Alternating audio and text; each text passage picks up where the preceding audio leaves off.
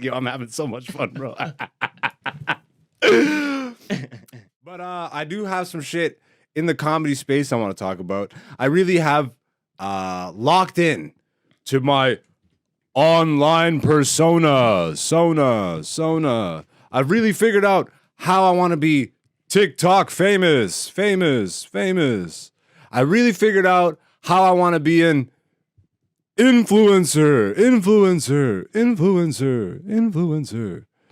All those words are synonymous for fucking trash bag hoe.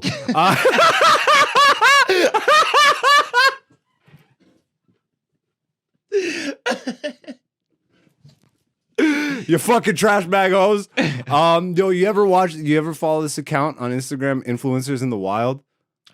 No. Bro, I know what it is. That shit makes me violently throw up and laugh. Like, yeah. I laugh, but only out of sadness. Like, it's just, I just watched this one where it's a girl and 3 guys and then 1 guy that's the camera guy. Okay. So the girl is just walking down the street and then the camera guy's like following her, right? Yeah. And then the 3 guys run up behind her with a Gatorade jug of water or some shit. I don't know. It looked like maybe there was something in it, but I don't know. Prime water. And they just it's prime water. They actually work for Logan Paul and KSI.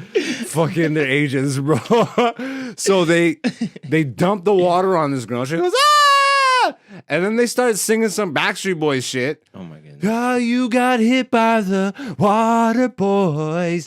Dude, and they do a little spin and shit. Yeah. And they're wearing a shirt that has like a phrase on it. And the guy points at the shirt. You just got water, yeah.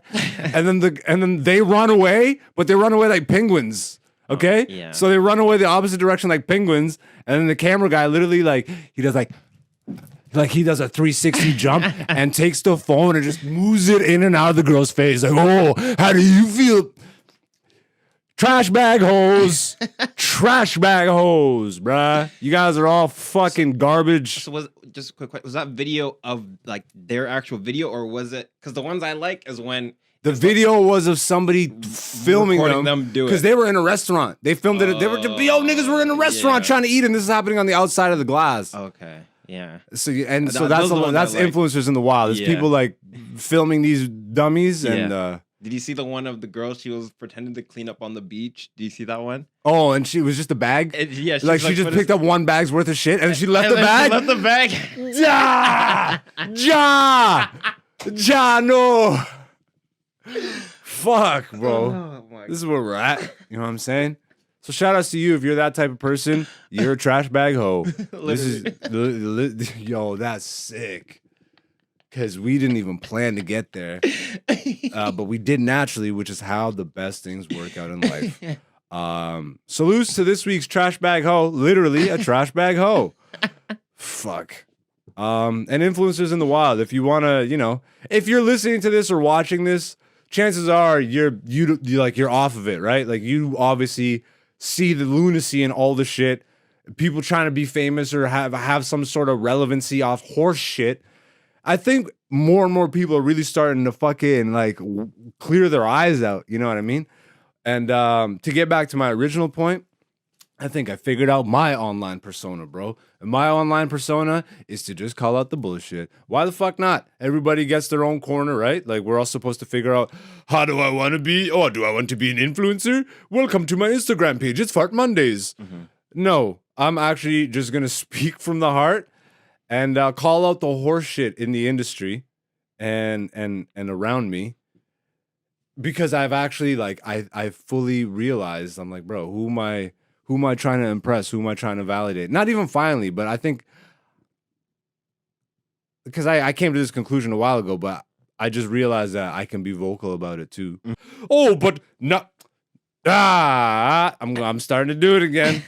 Are you the type of person that I'm gonna change the world, and then you get a couple followers and you get a little money and you make it and you get a commercial or some shit, and then you're like, you know what? Fuck all that shit. I'm gonna sell out humanity. Let's fucking go down that rabbit hole. Forget everything I wanted, everything I've ever known and heard about or learned about growing up, conspiracy wise or whatever. That show business is crazy, politics is all lies, all the industrial complex, fucking everything is just horse shit.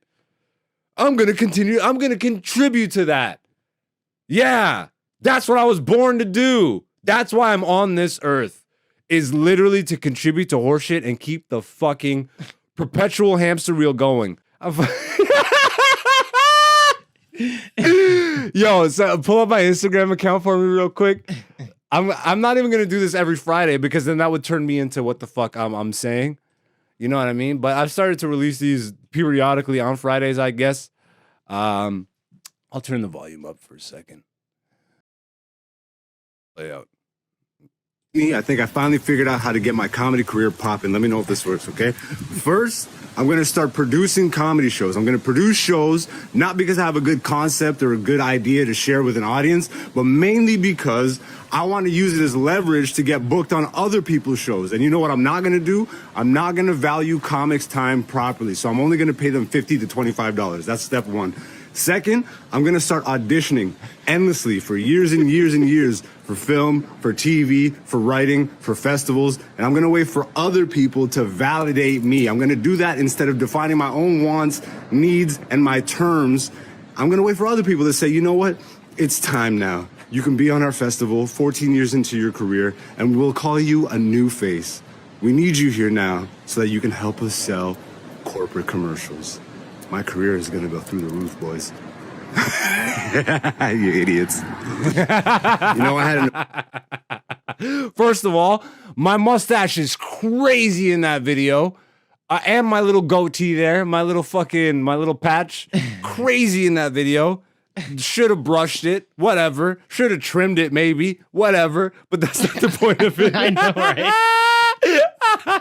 My glasses are a little bit tilted. I turned crazy superficial. You know what was running through my head while we're watching this? This feels exactly like those dummies on social media that will play an inspirational video or whatever, or like an informational video and just put their dumbass face just like, yeah. Oh, yeah, and just start pointing. Yeah, you better pay attention to this. Yeah, this is the point. This is the point that I want you to listen to. If you want me to listen to that point, just upload the video, you fucking loser. You fucking trash bag hoe. You fucking bitch. You fucking bitch. You fucking weak bitch. I need everybody to look at my face so that they know that I know that this is the right thing to do. Yes, I am a genius. You're a fucking bitch. Yo, I'm having so much fun, bro. But yeah, let me ask you as an outsider, because you're in the world of comedy, but you're not like fully ingrained. Yeah, you know what I mean. So what do you think when you hear that? Well, the part that really stands out to me is when you're like, step number one is I'm not going to value their time, and I'm only going to give them $15 to $25. Bro, any comic around the world will hear that, and it will trigger them. Nah! After they spend 4 hours on a train and bus to go do 5 minutes in a fucking dive bar. That's what's so crazy, because it's like you want to get paid for your craft, right? Of course. But then at the same time, you're not paid to develop it. You know what I mean? Of so course. It's like it's hard to develop when you're not even getting the money to get to the place that you need to be, or like you just pay yourself and now you're down in the whole $50 because, like you said, maybe you got to take 2 trains and then the 401's busy and then there's gas is going up and all this stuff, and then you're literally there for 5 minutes. So this is a prolific problem in comedy. We devalue ourselves, bro. We devalue ourselves. Now, granted, the beginning of your career, you really should be getting paid $15 to $20. Yeah, but like most people don't even get that at the beginning. You'll get like drink tickets or a meal maybe, or thanks for showing up. This is the beginning of your career. You get stage time, but it makes more sense to have to take those lumps at the beginning. At the beginning, because you still you don't have something yet that is ticket worthy. Yeah, it's once you start breaking out of that shell, what I find is, especially in the Toronto community, I've been in it for 12 years now. Consistently, I've never seen anybody devalue comics more than comics. Like, we get paid more from people outside of the community, and a lot of times, bro, people will fucking produce a show as leverage to get on other people's shows. So all of a sudden, you have a bunch of people at the beginning of their career looking for stage time. You know what I mean? So they start a show. Yeah. They can't really afford to pay anybody, but it's a way for them to get stage time. Yeah. And then it's a way for them to book comics that also have shows. You see where I'm going with this? Yeah. So they have the same type of show, which really doesn't contribute to the greater good. Yeah. It's like, again, you need that little, like, you need a pocket of it for when you're coming up. You need a bunch of those shows. You need open mics. You need shows that like are at a dive bar that you know you're not really going to get paid, even though potential. I mean, I feel like we could start valuing ourselves a little more and figuring out could ways. That also be part of the thing with comedians, because I know comedians are very self-deprecating. So is that part of the mentality where it's like you're self-deprecating, but at the same time you're trying to value yourself as an artist? I don't know, because when you say that because I've heard a lot of these things about comedians, they're depressed and then this and that. Yeah, it's just like in anything else, I think they're just like stereotypes. You know, like they are like they exist. They are embellished though. Okay. The thing of it is that not every comedian 100% is depressed. Not every comedian is. Like, I know a lot that are fucking super happy, but they have their own own quirk and shit. You know what I mean? Yeah. It's like everybody has their own thing, and more people tend to be depressed. Okay. More people tend to have anxiety than us. Like everybody has their own unique quirk, but that's your unique quirk. Yeah. Or downfall, or fucking triumph Superpower. or whatever. Exactly, superpower. But like specifically that point, man, like, bro, 10 years in, Yeah. I had a comic ask me to come do their show. They had $10 for me. It's an out of town gig. They had $10 for me, and they would give me like a certain amount of money from every ticket that I sold. Bro, but when I tell you, that was actually my breaking point. And I wasn't even an asshole to him about it. Yeah. I was just honest. Yeah. I'm like, no, you can't be doing this. You got to actually assess who you're approaching and how you approach them. Yeah. And he literally genuinely started asking me. He's like, I actually don't know whether he was genuine or not. I'm not, Yeah. because I'm reading a text, but he seemed to actually be concerned that I was upset with that. He's like, wait, like, did I? I'm like, bro, are you fucking kidding me? Like, you just offered me $10 to drive out of town and sell you tickets. Like, and this is where this is another thing which I kind of went into in that other diatribe last week. It's like, producers are producers, bro. I get it. I have an audience and I have my followers or whatever, so I can bring them. But at the end of the day, are you running a show because you can and you have something to offer people? Stop that horse shit. Stop that horse shit. It's bro, show business is fake as fuck. It's fake as fuck. And it's all these fake people walking around pretending like they're not fucking fake. Like, I'm telling you, bro, it doesn't even make sense. It's fake as fuck. It's fake as fuck. I have more people watching me right now because I've become vocal about this shit in the industry. I fucking care about this shit. I'm not here just to fucking sell tickets and fucking let people know, oh, I got a fucking goofy video for you every fucking Monday. No, man, I'm here to have real connections with people. I didn't even get into the whole festival and fucking auditioning, because like one side of it was the comics to themselves. The other side of it is the industry. And like really most people out here not even realizing that they're chasing something that they haven't defined. They're chasing a festival credit because that's what everybody before them did. It was like, maybe stop and realize that everybody before you that did it spent a lot of time doing it when they could have been fucking off doing a lot of other things for themselves. Do for your own.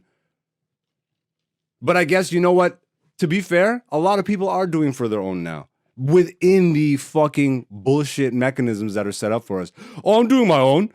You just shout on TikTok. Why? That sounds like get 1 million followers to me, Zeus. Nah, nigga. You go contribute to trash and see what you get back. You get trash. I mean, sure, you might get followers and money in the short term, but you're not contributing shit. And let me know how you feel in a couple years. Let me know, because I've already talked to a lot of people that are confused as fuck as to why they're all of a sudden, wait a second, I'm down this rabbit hole. I've talked to so many comics, bro. I'm down this rabbit hole of fucking content creation, and I don't even know how I got here. I'm not even happy with it. It's like nobody's stopping to fucking think. It's because we're all just endlessly, we're a hamster on a wheel, nigga. And that is, I think, not part of the issue, but it's like, it's good to think about these things even before you get into it, right? Because what happens is, it's like, okay, I'm going to try anything to make it. and then you go down the rabbit hole of content creation, but now you've gone down a different path instead of sticking to the stand-up comedy path. You know what I mean? It's like, of course, because you're just like trying to make it by any means necessary. But in reality, it should be like, I'm trying to make it doing stand-up, or like being true to myself, or whatever it may be. But if you go down that rabbit hole of content creation when that's not who you are, you're gonna mosh yourself up that way. You know what I mean? Bitcoin Buju Banton!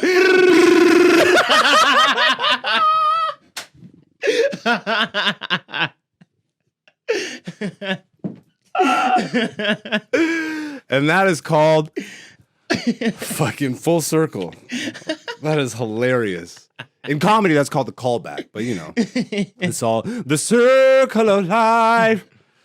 Damn, I shouldn't have worn this long sleeve. I am sweating. It is hot like a motherfucker. But yeah, yo, that's the comedy fucking recap for the week, nigga. That, like, if you're an artist, value yourself better and think about what you're doing. And even if you're not an artist, man, just think about that in real life, because holy shit, you will just be at the mercy and the whim of every trend or whatever was set up before you, because that's how people did it. Yeah, and then you're just watching people jump off a cliff. Like, are you crazy? You're watching people jump off a cliff and you're like, I'm going to do that because they did it. It's not even that. It's like, just follow suit. It's not even like, I'm going to do it because this is like, yeah, they just go and do it.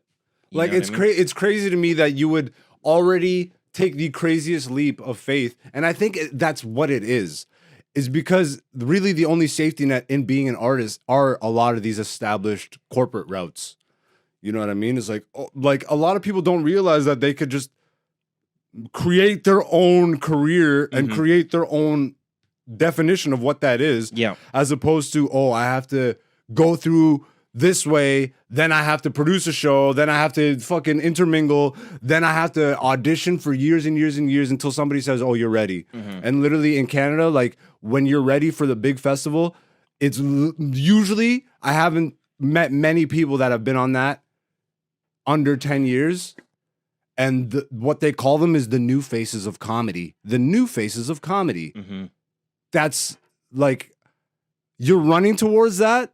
You don't see how you're literally being devalued and not like, bro, fuck that shit. I'm a new face, nigga, because now you approve me. That doesn't even make sense. I approve me, nigga. And you know who actually approves us all is the audience. Is the audience. Yeah. And let me tell you, a lot of the people that make it to the fucking thing is because, you know, they fit. It's like a circle fitting a circle peg. A circle peg fitting in a circle hole. A square peg fitting in a square hole. It was like they only have so many slots and they gotta fit that slot. Yeah. They don't got room to fucking put another shape in this hole. It's like, okay, we're good. We got it. Yeah, and like you're saying, it's like a safety net. So it's like you have to be safe. They're only picking safe options, right? Correct. Because they're not going to risk bringing someone on that might expose their whole operation, you know? Oh, we've been exploiting you forever.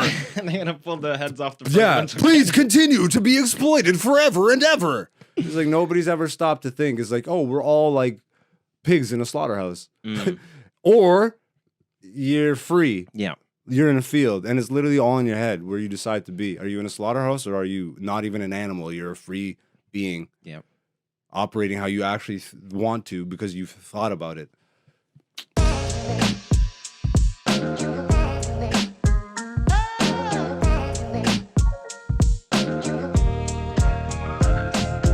What's up, beautiful people? Thank you for watching this. If you like that, make sure you hit the subscribe button and the notification button. We got new podcast episodes every Wednesday, comedy clips and segment clips throughout the week. Follow me. I'm AKA Black Zeus on all social media. Dante is Person1Prod. And, stay beautiful. Peace, peace.